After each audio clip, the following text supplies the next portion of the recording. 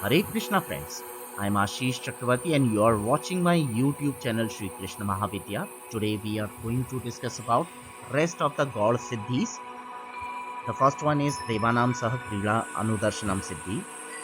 Once a sadhaka attains such siddhis, the sadhaka automatically start receiving the blessings of their respective deities to whom they were worshipping for a very long time. They start getting darshana. Darshan means they can start watching, they can start calling upon their deities and get the company of their respective deities. Any such sadhaka who has attained this siddhi becomes bright and powerful in their nature, in their personality, and the radiance can be seen in their overall personality because of the mercy of their respective Ishta Devta or Devi, and is also such people are also started counting among the true bhakta of those respective deities because such sadhaka do very heavy penance to reach that state of consciousness. Although sadhak gana can attain siddhis related to their respective deities and devote themselves completely to the auspicious feet of their respective devata or devi to whom they love, to whom they feel connected the most. If someone really would like to do the devotion in all such regards, they must completely uh, think to surrender to Krishna, as it has already been said in Srimad Bhagavad Gita ji also, where Krishna asks people to completely surrender unto Him and forget about other paths and religions, because that is the only true path to reach Satchidananda Paramatma Sri Krishna directly. And it pleases Him much more than any other way to do worship. He doesn't want your worship, He doesn't want anything else from you. He just wants pure love from you. This way, first they completely devote themselves to Paramatmana himself, uh, plus now their respective lives and liberation becomes the headache of Krishna. So Krishna is there to take care of all such necessities of such sadhaka. These people need not to be bothered about any siddhi anymore. They always live their lives as per the wishes of Krishna, and Krishna knows better about everything than us. What is actually good for us in this mortal world, what can hurt us. Pandavas, as we hear their stories, they gained siddhis, many siddhis based on Krishna's own desires, due to which they pleased even deities like Mahadevji and forced him to uh, become visible before them. Like we hear the stories of Kedarnath and Pashupatinath. At the end of the lives, their respective lives, they all went to Narak Dham. No doubt about that. Just because of their own karmas, and all those who were fighting against them, they all went to Swargadham first. But those were the greatest souls on earth who actually felt complete satisfaction in their entire lives compared to even those who were the most divine in their nature. For example, Kripacharya ji, Guru Kripacharya ji, Bhishma Pitamaha, Karna, etc. All these were one of the most divine figures in the history of humankind. But at the end of the day, all of them faced lots of issues, lots of pains, lots of sufferings, after which they got salvation. Another example of true devotion is Pavan Putra Hanumanji. As we know about him, that he is one of the greatest sadhaka of Krishna and a lover of Krishna, who who always think about serving his master, Krishna, completely dedicate himself to him, and he must be the one who must be our ideal in this darkening, this deteriorating age of Kali Yuga. because of his greatest devotion of Krishna, he actually has the complete freedom or the Varadhasta or the upper hand to pay visit to his or Krishna's devotees in a physical form and give them their desired siddhis based on Krishna's own desires. If he stands for protecting a Krishna Bhakta, no power in entire creation can dare to even touch or give a scratch to such an ardent devotee of Krishna. Krishna's devotees truly enjoy the company of Krishna in his Maharas Leela. Prahalad ji and Dhruv Maharaj also were such pious devotees in Satyuga and in Satyuga time, where whose belief on Krishna's hands was so strong. They used to trust on Krishna more than anything in the world, so that even the mightiest warriors or the powers couldn't harm them in any way.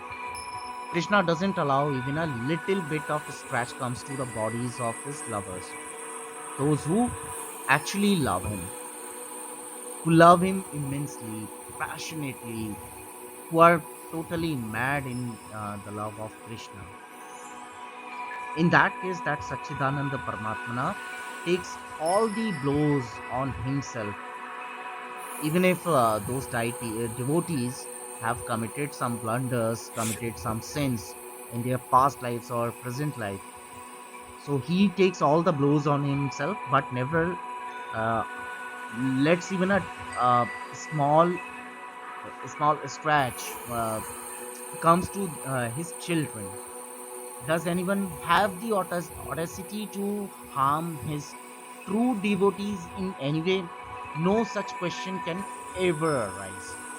Forget about touching Krishna's devotees. Forget about giving them tras or dukkha or problems, creating problems in the life of those devotees. But there are many like Mirabai ji and other devotees of Krishna who have suffered some harm in their respective lives just because of their own deeds. The law of karma, the law of this eternal enjoyment, you can say, of one's own deeds called karma gati, karma vidhan, whatever it is same for all. You have to suffer, but in that case, only your body suffers, not your soul. Still, those who believe in Krishna, he takes care of those souls. There is only one condition, that your love must be true. Then Krishna protects his lovers by doing just anything, even if he has to completely annihilate everything and everyone. His word is also existing till today because his lovers, those Santa, Mahatma, Sadhu, Sannyasi Gan, they do not want any harm to reach on this mortal body. They don't want anyone to suffer those pains which they have suffered. Otherwise, nothing can stop him to uh, completely annihilate this world, this creation in one go. Now, the second siddhi is Yatha Sankalpa Sansiddhi. On attaining this siddhi, all the genuine wishes of the sadhaka are fulfilled. Whatever resolution she or he takes, it is definitely fulfilled. But in that case, if someone goes for Nimna Shreni Siddhi, means lower level sadhanas, then they always think evil for others and they try to always harm people. But at the end of the day, all such souls gets destroyed completely. Nothing remain for them in this world or in the uh, parloka or in that world after death. If there is any obstacle in the fulfillment of the resolution of a sadhaka, then their deities to whom they are worshipping for years, they directly come to help and rescue those sadhakas. to make them reach their respective goals in life. So there is nothing impossible for Krishna, who can fulfill almost each and everything, whatever their sadhakas desire, their lovers desires. But uh, there is a characteristic of Krishna's bhaktas that they never ask anything from Krishna, no Siddhi, nothing else other than being into the service of him.